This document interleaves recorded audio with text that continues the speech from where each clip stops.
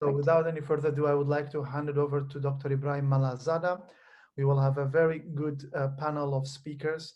Dr. Bamo Nouri from City University of London, Kamaran Palani from University of Saladin Erbil, and also we have a youth activist with us, Zinah Mohammed, and hopefully we will have a very good discussion in the second panel as we had in the first. Thank you very much. Dr. Malazada Farmo. Thank you very much. Welcome, everyone. I'm pleased to introduce this panel. And I would like thank Dr. Bahar and Akram for organizing this panel again.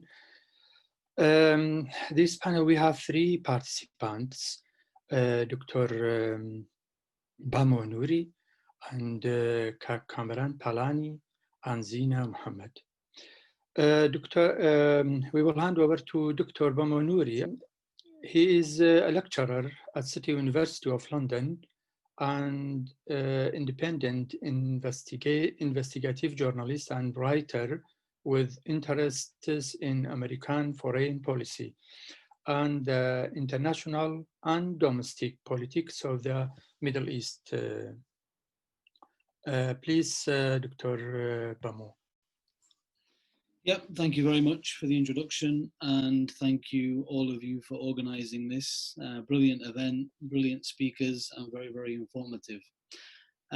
Listening to the speeches this morning, I thought initially there was quite a rosy history lesson regarding the Kurdish youth, and also not the most accurate picture of the current situation, which my talk today really is entitled The Kurdistan Region of Iraq's Unrepresentative and Elitist Rule. And my question is whether it really is time for reform or whether we should be thinking about revolution.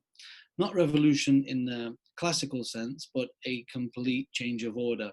And this is centered around the premise that the current and existing elites within the region are incapable of making the changes required to make the Kurdish region a progressive and prosperous place. Now, I'll explain obviously in more detail through various different themes, but what I also want to touch upon today is the collateral damage that's come of unrepresentative elites and their decision making in the region, including a really, really bad and worsening mental health crisis, which wasn't really touched upon by the previous speakers. So I'd say that this is a critical period in the Kurdish region's history. We're 5 years short of 2 decades of formal Kurdistan regional government rule, as per the Iraq 2005 constitution.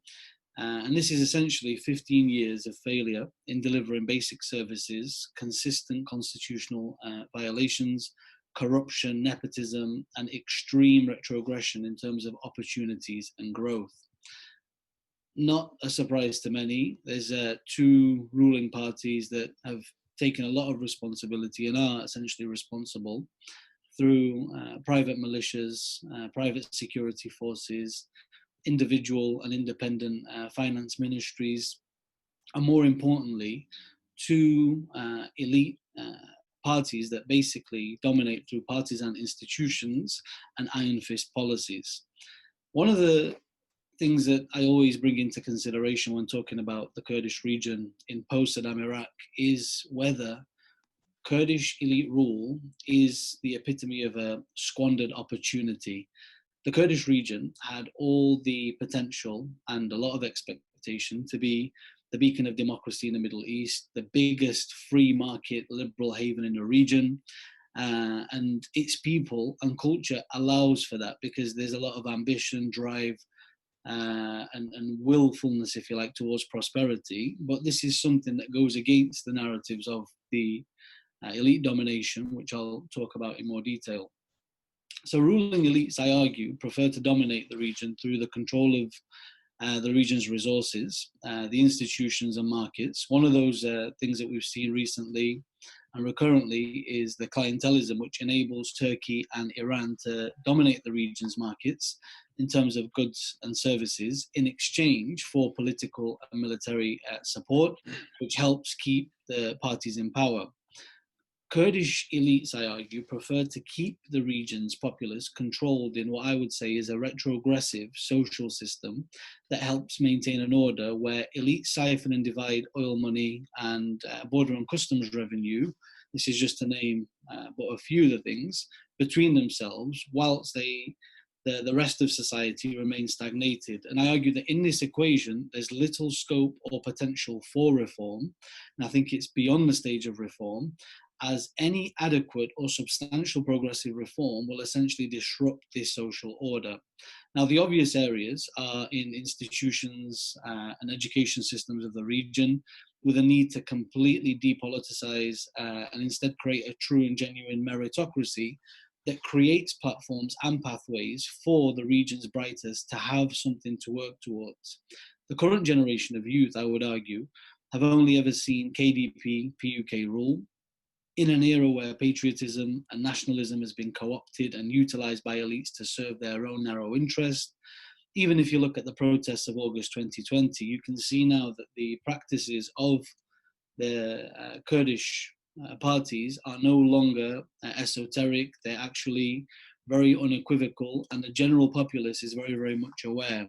So the August 2020 protests, which essentially are a continuation of protests that have been ongoing since 2011, have not only demanded an end to corruption and the demand for the delivery of basic services, but also an end to Kurdish elites placing their own interests in terms of the allegiance that they have with Turkey over the interests of protecting Kurdish citizens, where Turkey has been bombing the Kurdish region relentlessly, causing collateral damage as it supposedly seeks PKK members. Now, there's also a huge legitimacy crisis, because we've seen one of the repercussions is that there's a decreased voter turnout, which was touched upon before by Kagshivan, which was from 2009 to 2018, we've seen turnout go from 78% to a range in the 50s now. And probably the biggest collateral damage is the region's youth, who compare significantly to Iraqi youth, especially if you look at the drive, the ambition, the kind of increased, if you like, synergy, the powerful synergy that we've seen in recent protests that eventually saw a mobilization of students of different ranges turn out to lead a protest that led to the appointment of Academy, who's now making some very, very great reforms. The Kurdish region's youth, on the other hand, are in a kind of mental stagnation, despondency, and also a huge disillusionment, if you like, with the possibility of change through the political process. And this is something that they deem no longer possible, as they've witnessed on countless occasions in numerous years that the ruling parties will use militias to protect their own elite interests. They will even kill in order to eliminate dissent, and they will kill members of their youth population. We've seen with numerous journalists and speakers and those who dissent, for example, Sardar Osman, who was only 23 years old. We've seen even students as young as Rejwan Ali, 15 years old, in a protest being killed. And this is as far back as 2011. So that, coupled with a kind of political pathway to change that's redundant, and even seeing KDP militias close parliament from 2015 to 2017, has completely demolished the prospect for change through the political process. Aside from that, there's no clear pathway for the youth. You know, UK supported Chevening scholarship and you get the best credentials. Your employment and credentials are limited, and your pathway is limited to the visions and capabilities of an underqualified and short-sighted and limited KRG. The industries are limited as it stands. Pathways are unclear. Youth normally follow a process where they have ambitions, they dream, they plan, they work hard, and then they achieve. The state works hard to facilitate these pathways through public and private industries. In the Kurdish region, we don't have that. Instead, elites continue to fight for ministries and then siphon resources to family and friends with little accountability. There is clearly little room for the debate about how to progress the youth, as the region now faces a huge mental health crisis. And one of the case studies is a 2018 case study that I followed personally, which pretty much epitomizes youth despondency. And that was a case of Rehat Aziz, who was an 18-year-old clarinet player from Halabja. He won first place as a solo musician in the prestigious annual Ranga Awards. The very next day, after performing one last time, he took his own life. Now, having, as part of my research, spoke to so many different stakeholders in Kurdish society, from the ordinary populace to the elites, I've seen that these sentiments that Rehat held at this age of 18, this tender age of 18, isn't something that was uncommon, and many people feel that despondency. Now, my contextualization here is that if Nelson Mandela died at 18 years of age in 1936, he would have just taken up boxing and long distance running after winning an award for an essay that he wrote. After age 18, it was then that Mandela fought apartheid and spent 27 years in jail for his cause to then become South Africa's first black president. Mandela educated the world that it's always impossible, or it seems impossible, until it's done. If Dr. Martin Luther King died at 18 years of age, he had just mentally committed to entering the ministry to become a church minister, believing that he could inspire change respectfully. Had he died at 18, he would have died as a shimmer of the person that he was to become as the leader of the civil rights movement that ended racial segregation and discrimination through nonviolent methods, which basically achieved social change in America on a level that wasn't seen before. In terms of musicians, if Bob Marley was to die at 18 in 1963, he would have only had 4 recorded songs, a glimmer again of his potential that witnessed him becoming one of the biggest stars on the globe later in his career. Kind of what I want to allude to is that we are in a situation where not only is the decision-making of existing elites ruining the current prospects of those that live within Kurdistan and is affecting their living conditions, and their basic rights in terms of services aren't being delivered, it's squandering its future massively. And this is something that I argue can't be ignored anymore. Now, my concluding remarks are based on thorough research, as I said, conversations, discussions with elites and the general populace, who I argue this populace have lost faith in the concept of reform. Therefore, my question is, has the Kurdish region progressed swiftly past the possibility of reform and into a slow burn revolution, which has been brewing for many years? Now, it's difficult to comprehend how the current political system can be reformed by the existing elites who essentially designed it to serve their own interests. And this is something that I have a book contract with Routledge to basically explain how US decision makers created Iraq's political system. I can't see these elites who created and set the precedent on how to run this political system making the reforms that essentially will threaten their hold on power. So therefore, the conversation now needs to concern the possibility of revolution, which can take place through many forms. There's no doubt that the elitist system in the Kurdish region has become a geopolitical concern in the Middle East and also in the global power dynamics, as the current setup empowers despotic regimes of Iran and Turkey, who have both become regional powers.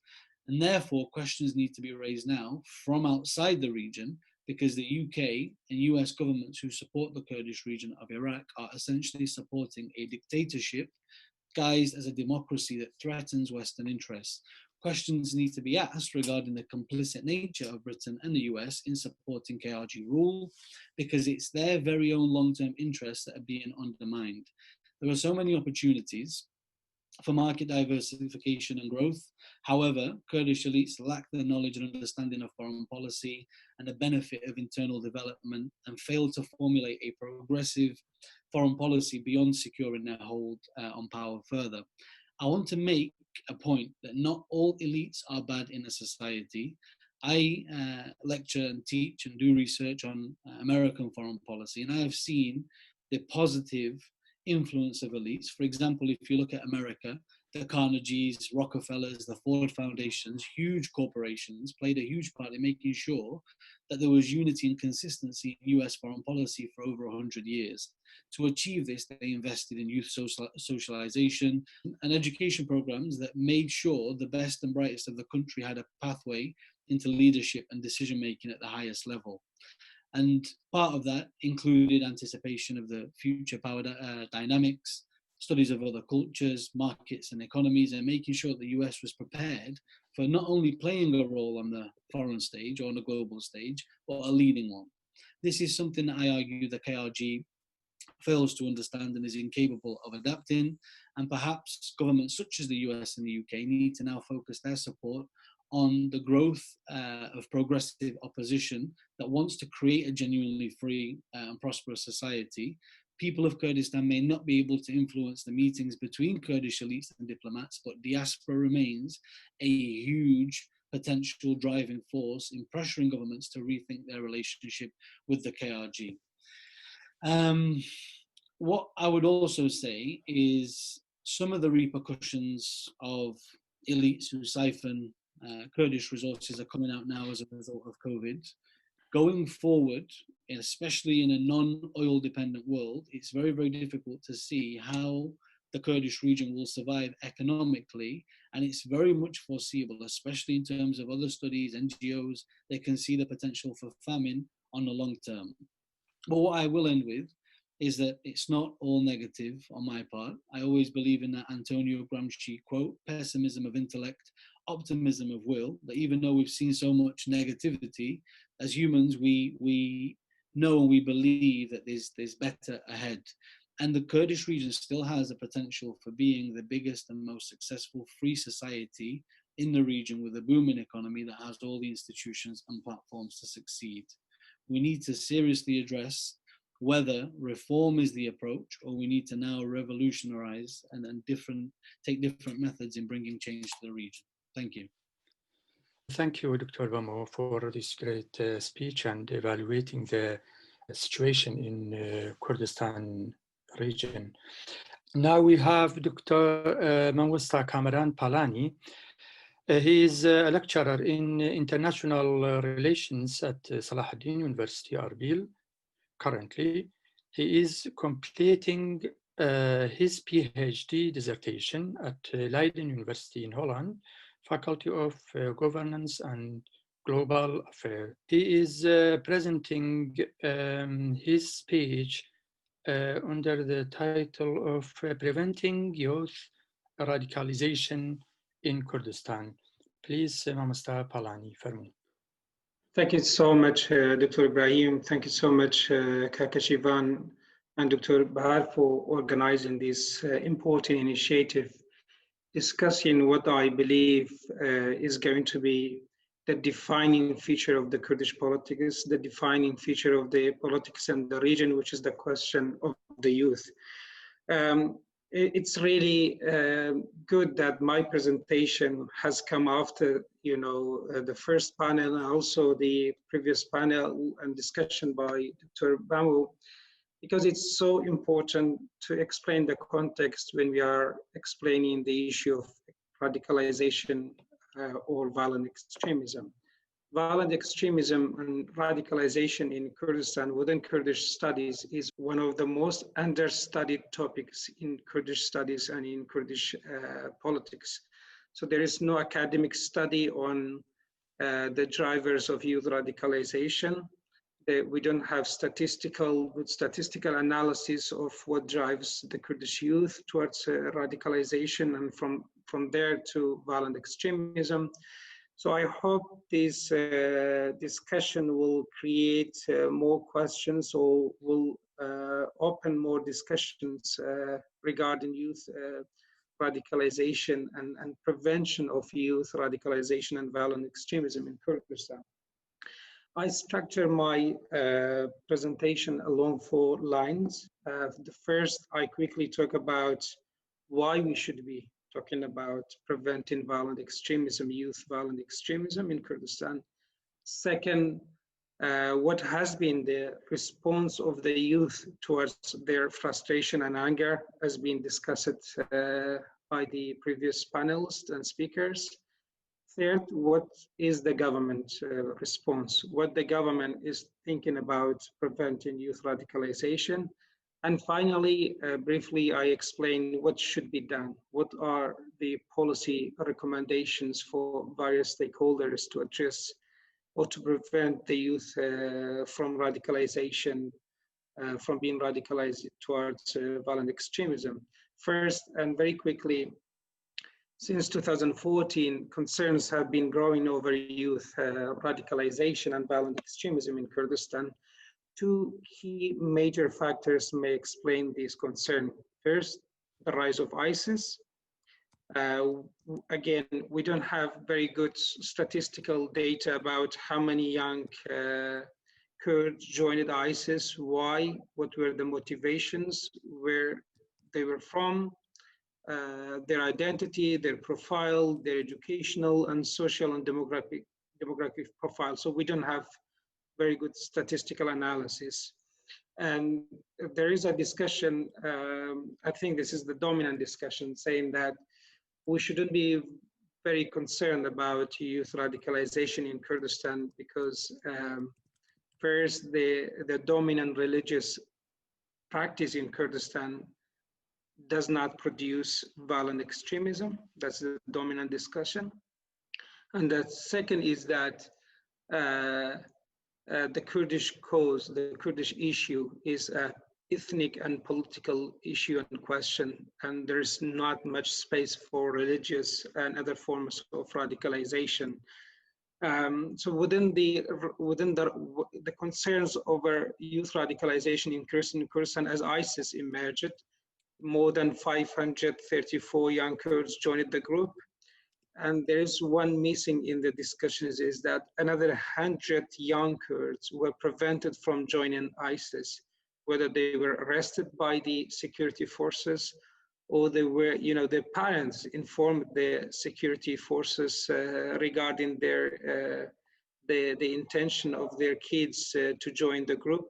So in total, around 2,000 young Kurds showed their willingness and desire to join the group. So I think this topic deserves more academic, more scientific focus.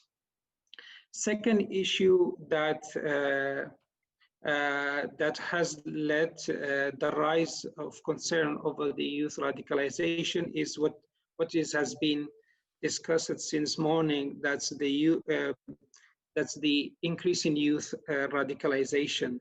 So over the past 6 years, starting from the KRI financial crisis in 2014, Kurdistan has witnessed a great degree of youth disengagement, dissatisfaction, and anger with the authorities.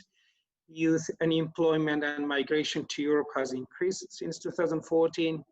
High rates of unemployment creates structural barriers to youth participation and empowerment, lock many of Kurdistan's youth into a subsistent bracket where their energies are preoccupied by the satisfaction of basic needs, and the influence of the two dominant parties, as significantly explained in the previous panel, on the governance process forms a structural administrative barrier which effectively constrains the participation of an increasingly unaffiliated and independent youth constituency. So what has been this question has not been raised yet. So what is the response of the youth towards their frustration and anger? There has been, currently I'm involved in 2 research projects trying to explain these dynamics and developments. The first response of the youth is migration. When the young Kurds get disappointed, frustrated, and angry, they decide to migrate.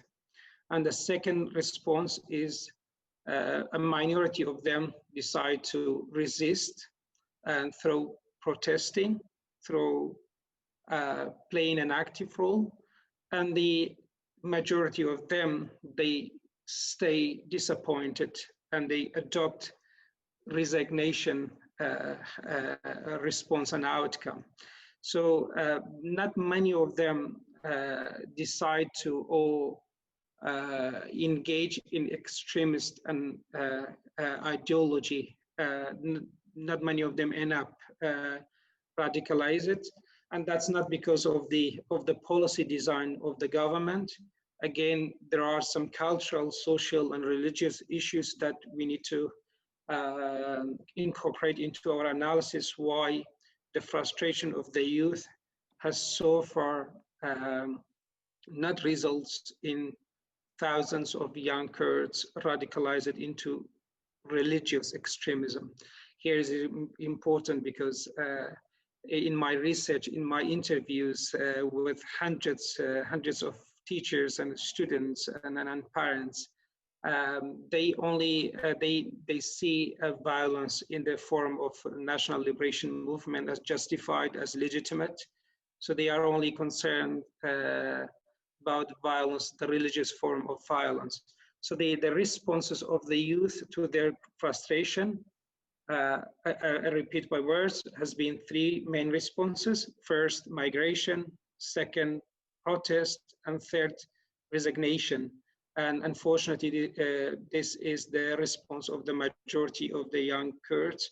They remain disappointed and disengaged, and as I labeled as resignation. So what has been the government policy? Government has no policy. The institutions and the departments and the ministries are not aware of each other's work. That's based on my data and what my interviews with them. So they are not aware of what they are doing, what the others are doing.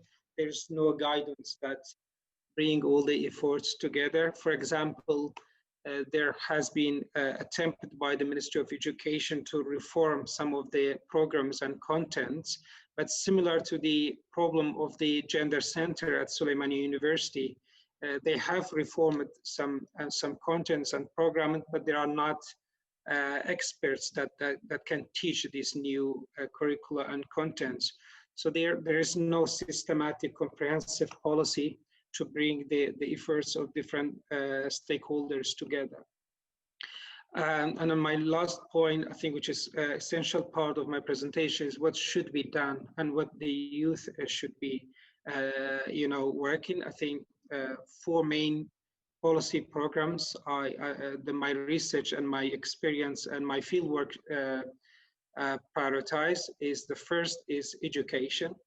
We need a lot of focus on education. Right now in Kurdistan, we don't have a philosophy. We don't have an agenda and vision. We don't know what type of citizens, what type of people and students we want to mobilize and educate and raise. So there is no philosophy and national vision.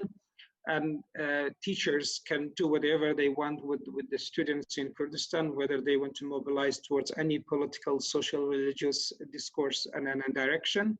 There is no monitoring, there is no systematic monitoring and policy. Education needs a lot of investment, and it's where I think international NGOs can come and support, can also build, increase the capacity of the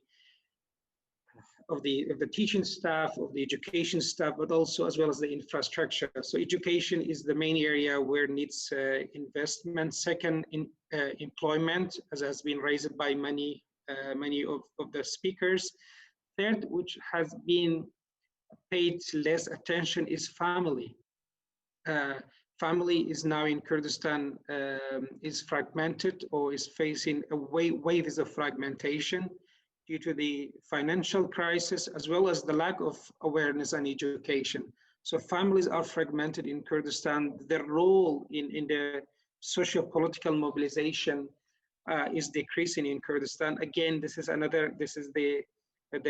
an area, the third area that needs a huge intervention from the various stakeholders. And the final area, again, that we can promote to prevent youth from being radicalized into violent extremism, is creating social and civic space. Guys, in Kurdistan, there is this metaphor of prison. Is the main discussion among the teachers, among the university lecturers when they refer to schools and universities. So the metaphor of prison. So schools and universities in Kurdistan cannot provide this space for the young generation. And there are very few NGOs, international NGOs, local NGOs trying to provide, but this is not this cannot compensate the lack of the national space. So these are the four main areas: education, employment, family, and social and civic space that need to be prioritized in the near future in order to prevent. Otherwise, there's plenty of literature suggesting that youth anger, youth frustration, disappointment is an important pushing factor towards radicalization. And there is no policy, even there is no discussion how we can prevent it from here, how we can stop it from happening. And thank you so much. I will stop here. Thank you for this great speech and important speech about the situation in Kurdistan region, Mr. Palani. We have the next participant, which is Mr. Zinah Muhammad.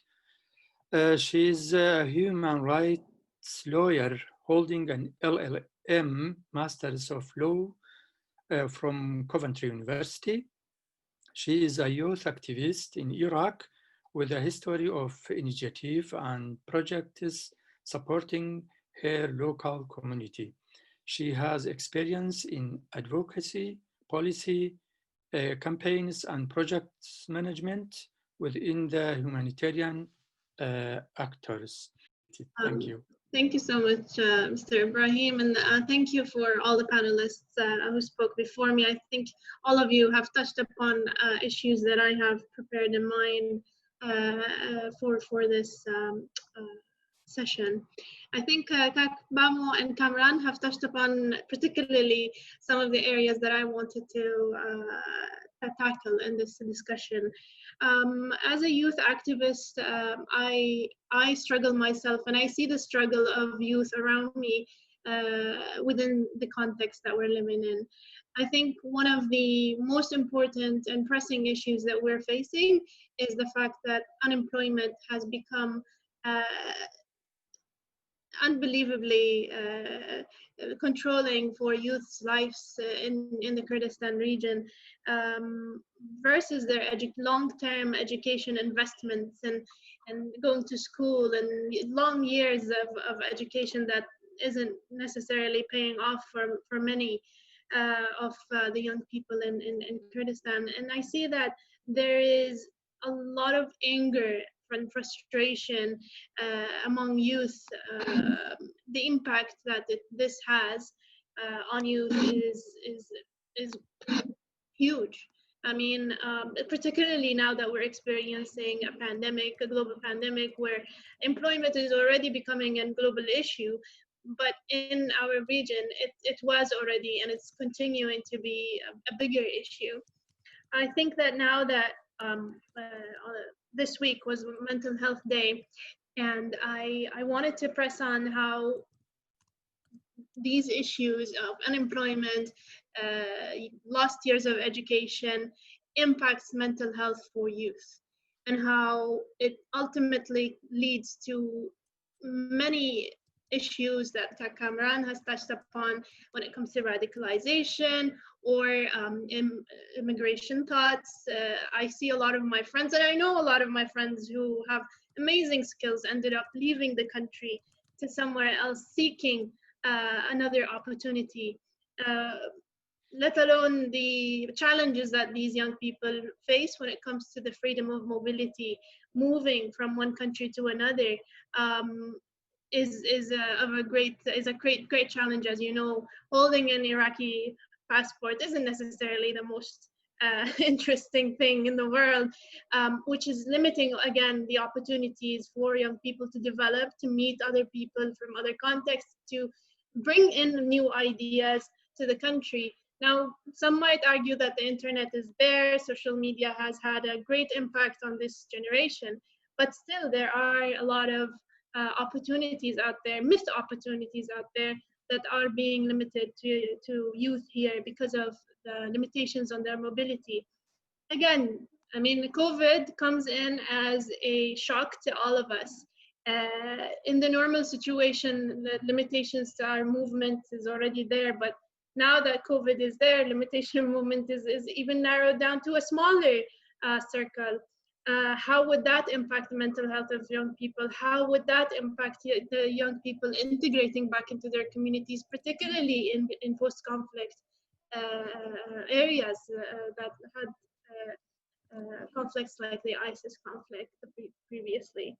I think that one of the main things that I always want to encourage and talk about more is how we can tackle these issues of unemployment, for example. Internships is a scheme that hasn't been necessarily presented in the private sector in Iraq generally, and also in Kurdistan.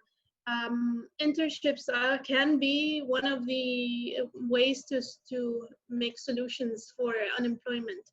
I see a lot of young people who are so eager to give and to learn and to grow, but there is just no space for them to do so. Even through volunteer work, there's a lot of initiatives, amazing initiatives by young people that's happening.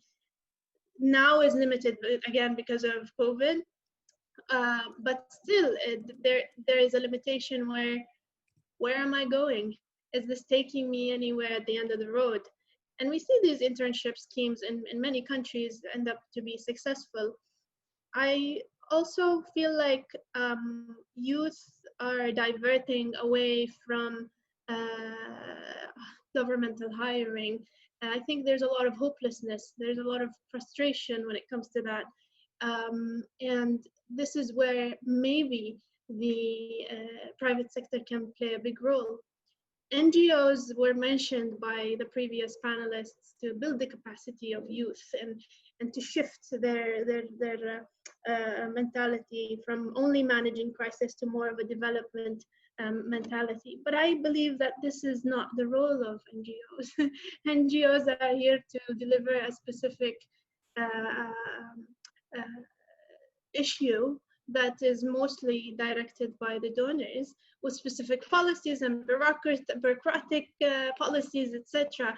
This is not enough for youth to scale up their abilities, and this is not the only way out. I see youth around me who have completed degrees in engineering, in biology, in all these different fields, and then the only place they look for jobs is as NGOs. Which is a huge waste for these talents. Now, I'm not saying that NGOs have not built the capacity of youth, but it is for a specific sector. Unfortunately, we see a lot of skills in other areas that is being wasted, and a lot of creating this sense of frustration among youth.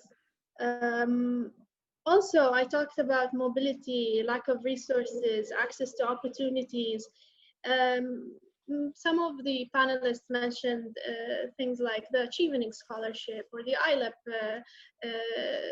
scholarship, etc., which is available to an elite of the youth. There is much more youth in our cities that probably don't have the language skills to apply for these opportunities, don't have the resources to apply for these skills. I mean, now with the education being paused with COVID to be online or not online, that also imposes another challenge to youth growth and development. But at the end of the road, I'm very hopeful. I mean, I've been a youth activist for long years now, since I've graduated university until now. And I think what has built up my skills was mainly doing a lot of free work, which I was lucky to be able to do. Some people cannot afford to only do free work. I've done a lot of volunteer work. I've done a lot of initiatives and projects with my peers to really try to bring positive impact into our community in one way or another. There is a lot of potential within our youth in Kurdistan, but they need the space to explore that. And it shouldn't be only for an elite amount of people. When I say elite, it's not just the rich or the privileged to get some education. No, there's a specific circle of youth. We all know each other. It's just us who are getting access to certain things, while others probably never get to know about them. Recently, I want to mention something. Recently, I was having a discussion with some young friends of mine who are either in university or just graduated university, and they're just completely lost of how to apply for jobs, how to find a job, how do I write my CV in the first place? Which takes us back to what Kamaran mentioned, is that educational systems are not supporting the students enough and preparing them for the next world. I mean, offices inside universities that could at least teach students how to write proper CVs is needed, and it's just not there.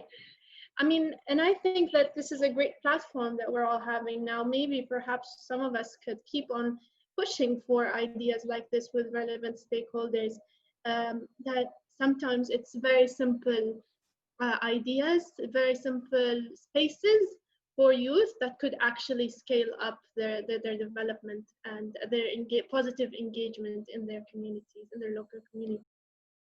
Thank you. Thank you very much, Mr. Zinah.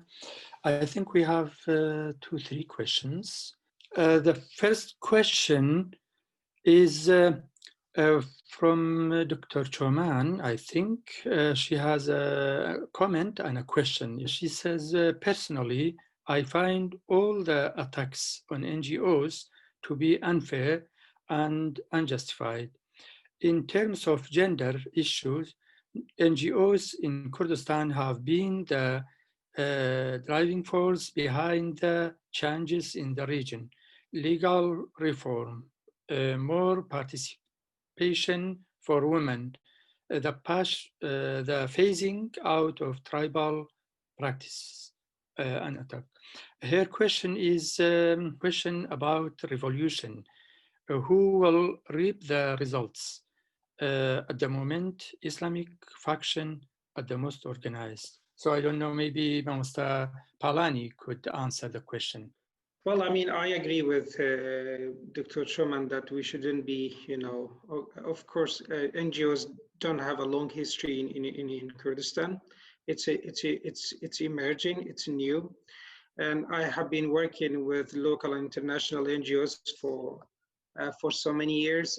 Also, it's a new space. It's a new actor in the Kurdish society. I will mention one area that without the work of NGOs that we wouldn't have been able to address. That's the crisis of IDPs. Suddenly within the course of 3 months, the population of Kurdistan increased by 30%. The NGOs, especially the international NGOs, played a significant role in supporting the society and the government in addressing this crisis. They built campuses, they provided services, they built hospitals and schools and all the water services. Again, but I agree with also other panels like the independent actors within civil society, within NGOs are not many, but increasing. There are also, I can give you many examples where NGOs also play a significant role, such as some certain women rights. There has been advocacy for many years. So again, but I am aware of the limitation of NGOs, such as the donor policies, or there are things that cannot be done by NGOs that need to be done by the government and also other actors. So yes, NGOs shouldn't be very unfair about the role, but also their limitation is that because it's growing, it's emerging space and actor in our society. Thank you, Mr. Palani. I think the question about revolution was for Dr. Bamo, if I'm not wrong. Could you, in 1 minute, Dr. Bamo, answer Dr. Choman, please? I think in terms of the real beneficiaries, it should be the populace. When I say revolution, I don't mean the classic means of picking up arms and bloodshed. I'm talking about an intellectual revolution. I'm talking about a revolution in strategy from without, potentially. A revolutionary approach to new allegiances that come, for example, through the pressure that emerges from diaspora. One of my issues with the region at the moment is, as an academic, I know that to be able to put two thoughts together, you need that intellectual freedom, you need that space to think and to build whatever it is you're trying to build. Now that applies to any individual in a society. They need that freedom to grow and to develop. We're seeing a Kurdish region now that is intellectually repressed through many different levels. One of those is the kind of dead end, landlocked, if you like, or cul-de-sac of career. You get a degree, then there's nowhere to go. There's the intellectual repression in the sense that people's worries are basic services. When does the electricity come on? When's the water coming back? When is, so-and-so service going to be improved? When will I get employed? When will my basic wages come that I've already worked for, that I'm owed? All these things contribute to a stagnation within the populace. So when I say revolution, I mean a revolutionary strategy that starts with pressure from diaspora, organized diaspora communities that pressurize their figureheads. Because in the UK right now, we have a conservative government. All they really care about is their financial interest in that region and regional stability that protects their broader foreign policy goals. I am sure that this current setup does not serve their interests. There could be so much more dialogue, so much more interdependency to create more institutions that go from here to the region, more corporations, more jobs, more investment. At the moment, all of that is at a cease. So I think that's my broader argument when I talk about revolution, not in terms of let's overthrow the current government directly, but even I think there's another question I'll probably have to answer, which I'll talk about the parties within afterwards. Okay, thank you, Dr. Bamo. I think you have another question, which is from IT Lobby. The first question, how can foreign powers, you mentioned US and UK, rethink or even stop their support for KRG or both parties and still maintain the support for Kurdish issue in Iraq?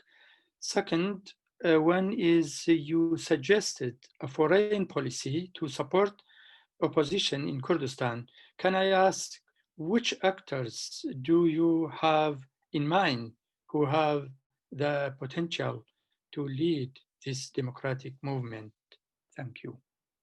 Thank you. I think given that Kurdistan is under the guise of a democracy, there is enough freedom for new parties to emerge, parties that develop policies based on intellect and strategy, number one. I don't think it's my position to specifically nominate any party because there's redundancies and shortcomings in all of the opposition parties as well as the main parties. But if I was the UK or the US, I would think about which party promotes a genuine free society and long-term stability in the region. Looking at things from a geopolitical perspective, why does the PUK and KDP want to maintain a socialist political system? Because it controls people through the wages that it gives to people, wages in exchange for votes. Turkey and Iran have an interest in the region because the money, Iraq's oil money that goes through the budgets into the populace civil service wage, then ends up being spent on Iranian and Turkish produce, and it allows Turkey and Iran to basically overcome any sanctions that they have through Iraqi markets. In exchange, they give support to these two political parties. Surely, on a long-term basis, this is not good for US or UK interests in the region, because regional powers such as Iran and Turkey, their influence is growing, especially Iran and the rise of China with the Belt and Road Initiative. And we're seeing a massive decrease in sentiment towards the US and Western powers in general. So if there was ever a time to revise the policy on which political parties are being worked with and the direction that pressure was coming from, maybe it is definitely now. Another question for Dr. Bamo from Haytham Aziz. It says, Dr. Bamo, could it be argued that a classical revolution is the only way to completely achieve the structural reforms that the KRG needs? Getting a lot of questions today. Yes, more questions for you, because you evaluated the Kurdistan region situation. Okay. So in terms of that question, a lot of different groups of different members and organizations in society would answer that question, yes, this is the only way, because these individuals are not going to leave and they're comfortable enough in the short term, not the long term, to maintain the current power grip that they have. In the short term, if a change was to be made, then I think arguably a classical revolution may be necessary, but I'm not sure that given the history of the region, and especially the older generation, the way they raise children these days, the last thing that the region wants is further bloodshed. I think the only way that any change can be long-term is through non-classical revolutionary means, because this is something that hasn't happened before, and any sort of formal revolution will bring similar results of the past, where new factions that serve interests might develop, whereas Kurdistan needs to utilize its culture and its open-mindedness and its immense population of talent in both diaspora and domestically to build a genuine and prosperous free market where it can have a very powerful foreign policy on the and a bigger role on the global stage, and it can also be immensely prosperous domestically. So yeah. We have another question from Kakshivan, send it to me, from Nasik, I think. It says, for Mr. Karwan. Mr. Karwan, can you give us just one indicator about any will to end this injustice and humiliations of KRI citizens, especially jailing young journalists only because they exercise their right of expression? Thank you, Ibrahim. I don't know exactly what injustice she refers to, but if I understood it in a way that she meant about the recent demonstration in Kurdistan region, and which I think took place in all the government or the cities in Kurdistan region. Well, government believes in peaceful demonstration, and government believes in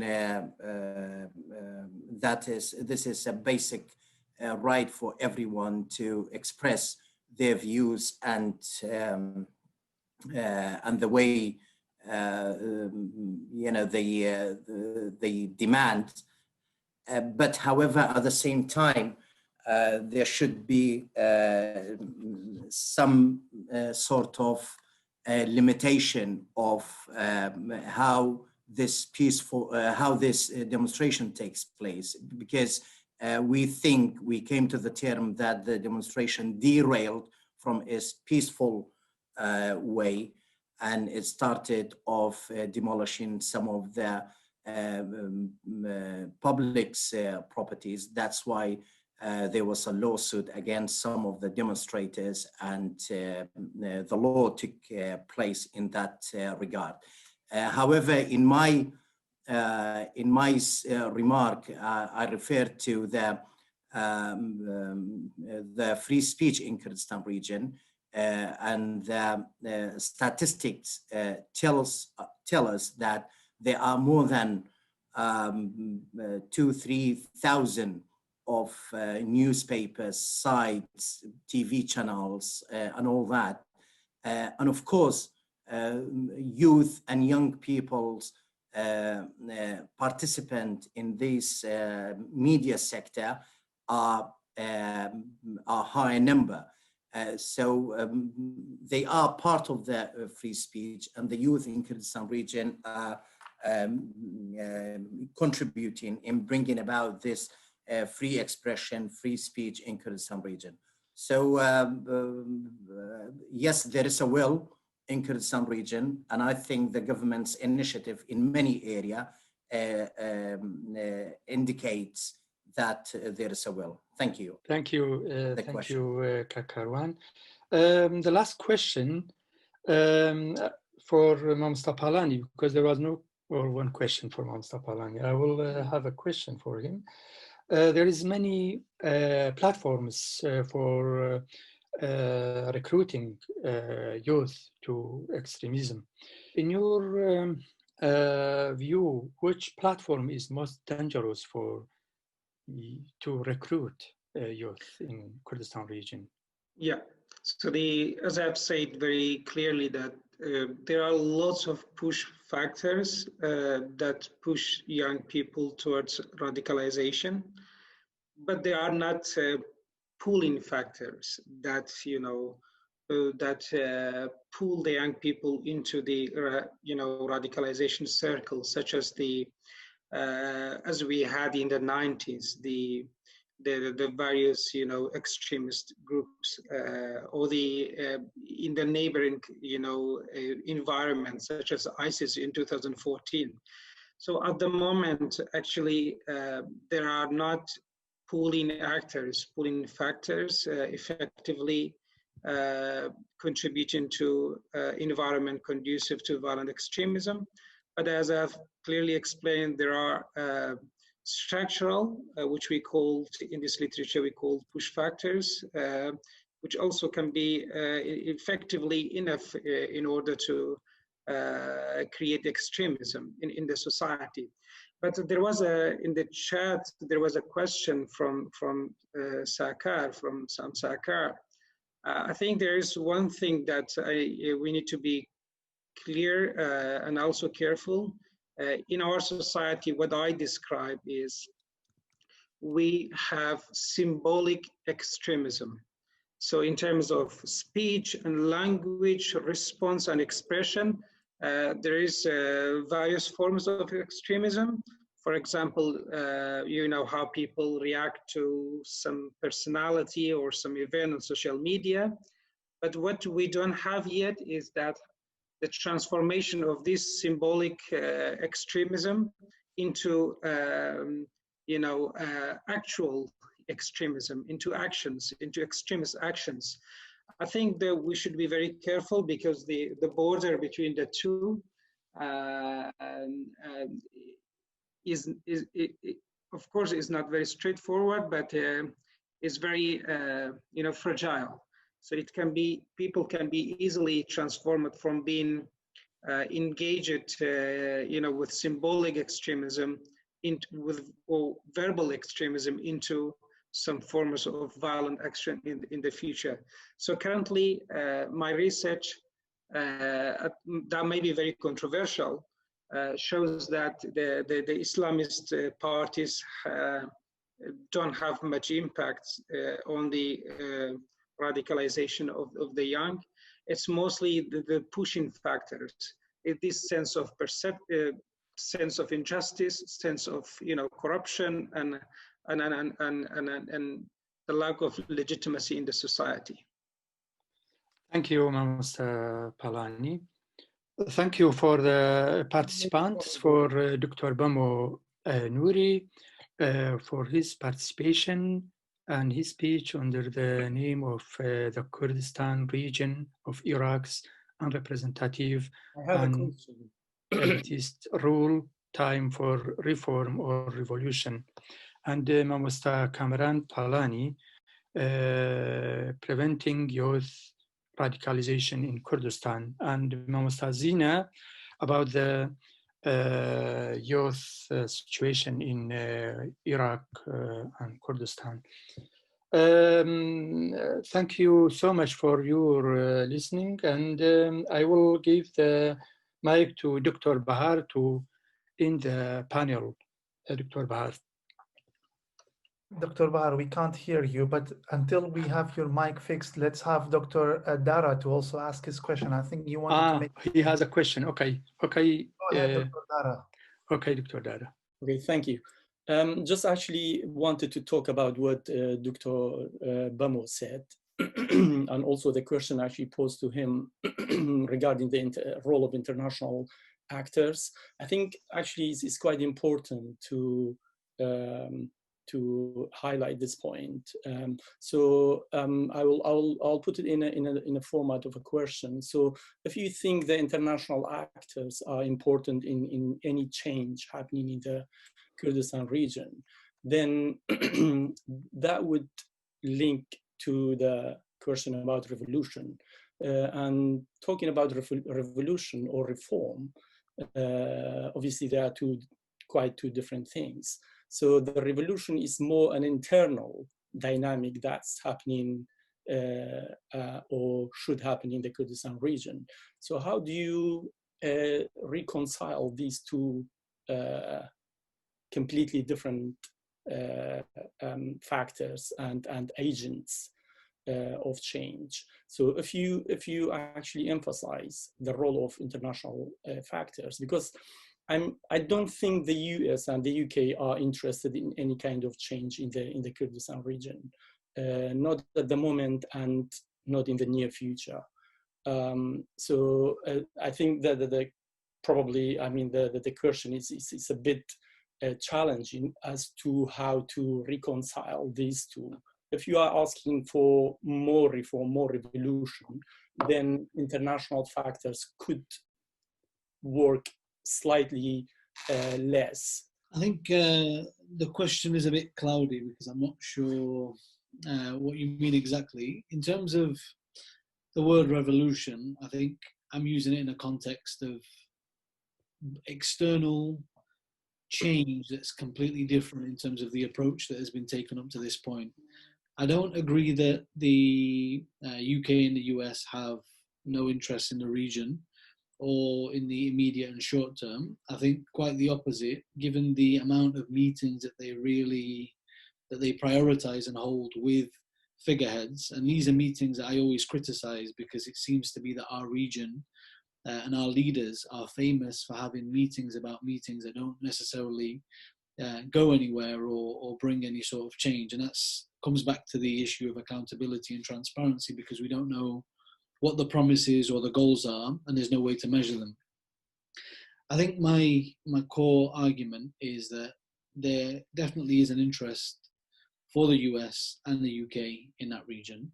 One of those reasons that it should be interested is the regional and global power dynamics that are shifting and have shifted as a result of US policy and even UK policy, because there's two ways that the UK and the US are accountable. One is directly to their own actions as the coalition that came up and, toppled Saddam and helped instill this regime.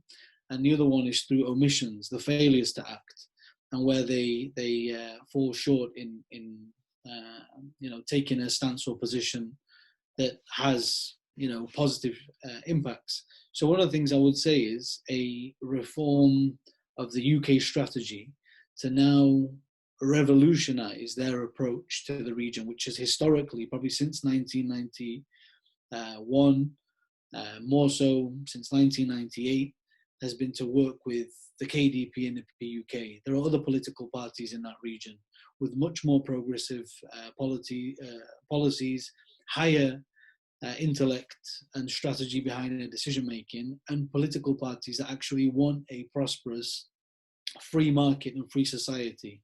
A society that needs to quickly reconcile and consolidate its natural resources that it has that belongs to the nation, and invest quickly in diversifying into a free market, because otherwise in a non-oil-based market, this country and this region is going to suffer greatly because it has no significance beyond its own borders.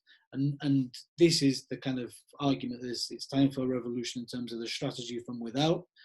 And I don't see how, without violent means, as mentioned before, that a change can take place within.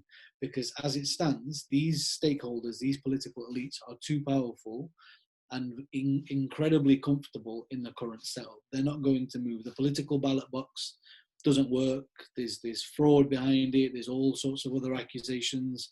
People vote to keep their jobs, but it's you know, loyalty in that way. And then the regional powers are avoiding international sanctions using this region. So for the US and the UK not to be interested, I would be very concerned. Sorry, just to be clear on that, I mean, there are obviously political and economic interests by the US and UK in the region. So that's not what I am disputing. What I am disputing is actually they have no interest in the change, in the political system change, the change of the political system of the Kurdistan region. And that's quite clear, I mean, to many observers and to many scholars, because the UK and the US want stability in that region. Obviously, I mean, what you talked about in terms of regional powers and international powers, obviously, yes, they have so much interest in the Kurdistan region and in Iraq as well. So that's not what I am disputing. What I am disputing is the other point. I mean, leading change, and that, to make my question less cloudy, is in order to bring that change. So you need your second part of your argument, which is the revolution part. And that revolution part obviously can get help from the international factors through different parties, through different civil society. So that's what I meant. Thank you, Dr. Dara. I didn't hear you when you had a question. I don't know if Dr. Bamo have an answer for Dr. Dara, and then I have Mr. Palani has maybe a comment. I think the broader answer of the how is probably not something that we can discuss on this platform, because it's a lot more intricate and a lot more sensitive than that. But I think, yeah, generally, I don't disagree with the comments there. Yeah. Okay. Just can I very quickly? Yes, Yeah. Mr. Palani, yes. I was in Halabja last week. We had a focus group discussion with teachers and parents in Halabja. There was very interesting, discussion, and one of them said, "We are all disappointed. We are all, frustrated and angry. The reason why we don't protest is that we are not sure whether this entity will survive or not." So I'm not, how you sell the word revolution is very important here. Kurdistan is not a recognized state. Its existence is not protected by international norms. So the way we sell the idea of changing the whole system, maybe that's the desire of the majority, but the way we frame it, we need to be very careful, because the privileges and the conditions available to other state actors and entities we may not have in Kurdistan. And second is that I agree with Dr. Dara. The international powers are dealing with the reality. They are not pursuing any change in the system, as long as this system does not remains protecting their core interests. So the change has, of course, conditional international support, external support is essential. We are talking about the youth. I think the change should come from within. Otherwise, the region has plenty of examples that revolution, the way we sell it, may be more damaging than helping the situation. Thank you, Mr. Palani. I think the situation in Kurdistan region is more complicated than if we discuss it here about revolution or about alternatives. I think we don't have any serious alternative for the political parties rule now. That is the most important problems for Kurdistan region, and we don't have civil society movements at all. Serious civil society. So that all of these parts complicating the situation, and international community knows the situation as we know. Thank you very much. I don't know, we are coming to the end of the session, and I don't know if Dr. Bahar is still here or hearing us. I'm here. Can you hear me? Yes. Welcome back, Dr. Bahar. Thank you. You have the mic. Okay. Yes, I reconnected the headphones, so it works now. No problem. So Shiwana and I will do the closing remarks, but if anybody has any comment before we finish, I'm happy to hear that as well, the panelists and others. Okay, if not, I'll just give some information about the project, the rationale for organizing this webinar, and I'll just talk about what I've learned today and what kind of discussions we might be having in the future, and then Shiwan will dig deeper into these topics. As I said in the beginning, this webinar is part of a larger project funded by the Ellen and Nesta Foundation, and we are specifically interested in how youth can, positively engage in political, social, and economic mechanisms in post-conflict societies. So, in the academic literature, youth is usually associated with violence, sustaining conflict, and these are all being well documented. But in this project, what we want to do is to talk about the lack of political representation when it comes to youth and their marginalization from decision-making in any conflict society, not just in Kurdistan, but in other parts of the world, so that we identify the hurdles in front of the youth for positive contributions. So we specifically focus on the disparities that young people face in accessing economic, political, and social cultural resources. And so this does not end there. We also look at double marginalization, and I think Choman's speech was really important at that point. So we look at gender, disabilities, religion, ethnic status, what have you.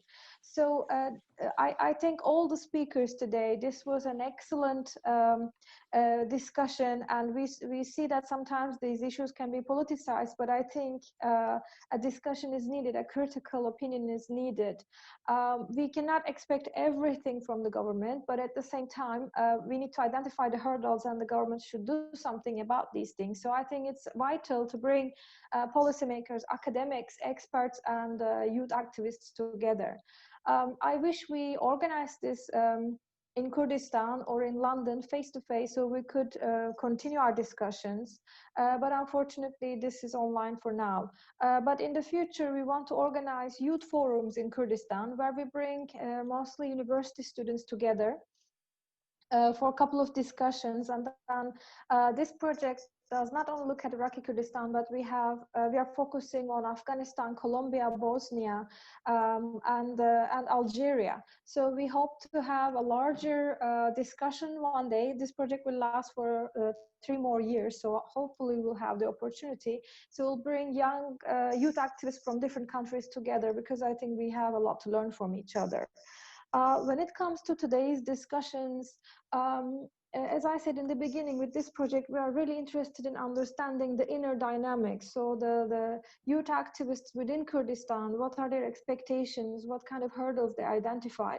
So personally, I was really interested in understanding the organic activism that's coming from bottom up, from grassroots, and which is not government-led or which is not guided by international organizations. So this was a perfect learning opportunity for me. So we started with Mr. Tahir's speech, and it really set the scene for us. It gave us the historical background and at least the government's perception about youth. And it demonstrated that youth always had a role to play in Kurdish politics.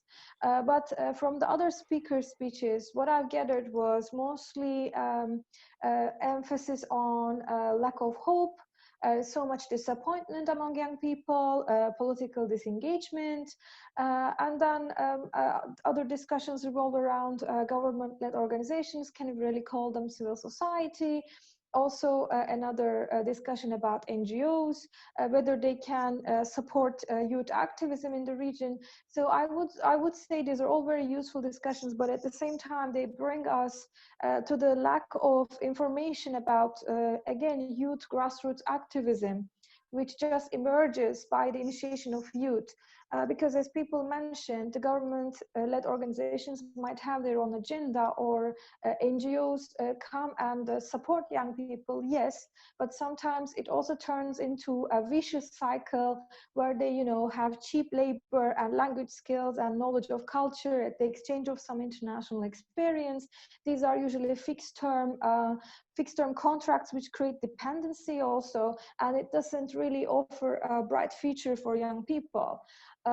Also, we discussed social media activism, but we should also discuss, does it really have an impact? So people just write their opinions in social media, but does it really change anything?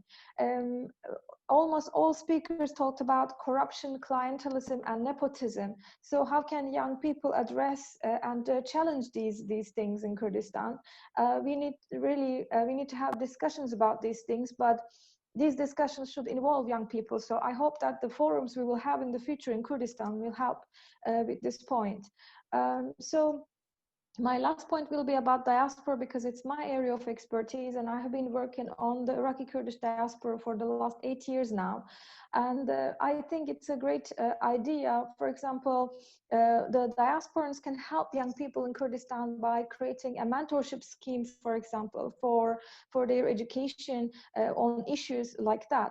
But at the same time, expecting a revolution from the diaspora or too much intervention by the diaspora for democratization processes in the homeland is also risky, because we don't know locals' perceptions about the diaspora, because the diasporans might be perceived as people who left when there was a conflict, and they don't know the day-to-day struggles that the locals are facing. So each issue we discussed is really complex. It has a lot of different angles to look at. So I'm hoping that we will be able to address these things in the future webinars or conferences we organize.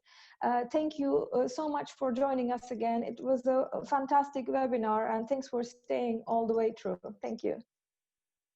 Dr. Bahar, I'm not going to make it any long because you said you really made a very good and actually, in fact, a very good concluding remarks. I am going to just make a very general statement, which is that if I look at the crowd that we have brought together today, is that we have academics, policymakers, and researchers and analysts. We have politicians, diplomats, and also young activists, obviously, from Kurdistan region and from diaspora.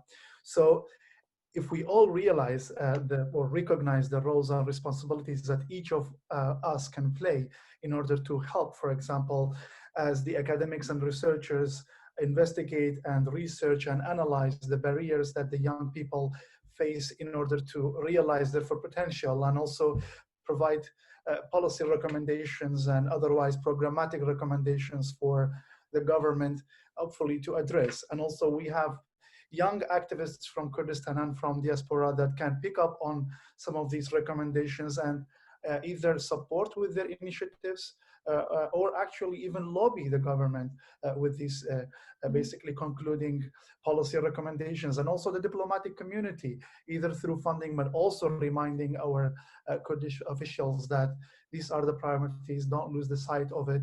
And with that, it brings me to the responsibility of the government. I think with the points that Kamaran said about the threats or the existential threat of that entity in Kurdistan region, which I fully appreciate, is that, well, it's only because of that that I think the Kurdish public has so far given the Kurdish entity or the Kurdish political parties and officials a large margin of error or a huge benefit of the doubt.